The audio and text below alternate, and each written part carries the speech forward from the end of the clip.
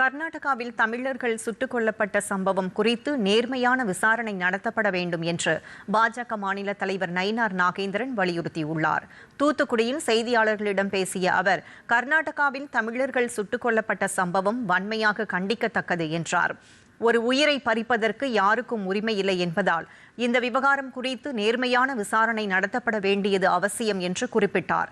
முதலமைச்சர் ஜோசப் விஜய் வசம் உள்ள துறையில் நடைபெற்ற டெண்டர் முறைகேடு உள்ளிட்ட அனைத்து விஷயங்களையும் பாஜக விரைவில் வெளியிடும் என்றும் நயினார் நாகேந்திரன் தெரிவித்தார். கர்நாடக முதலமைச்சருக்கு எனது கடுமையான கண்டனத்தை நாங்கள் தெரிவிக்கிறோம். அது யாராக இருந்தாலும் கர்நாடக மக்கள் சுட்டுக் கொள்வதற்கு அவர்களுக்கு ஒன்றும் உரிமை கிடையாது. ஒரு உயிரை பறிப்பதற்கு முதலமைச்சர் என்கின்ற அதிகார தோரணையில் அவர்களுக்கு எந்த விதமான உரிமையும் கிடையாது.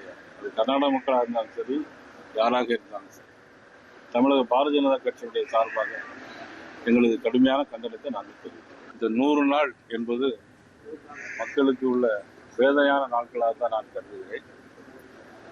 எல்லா விஷயங்களும் ஆரம்பிச்சுட்டாங்க. எப்போங்கிறத நான் கண்டிப்பாக அவங்களுக்கு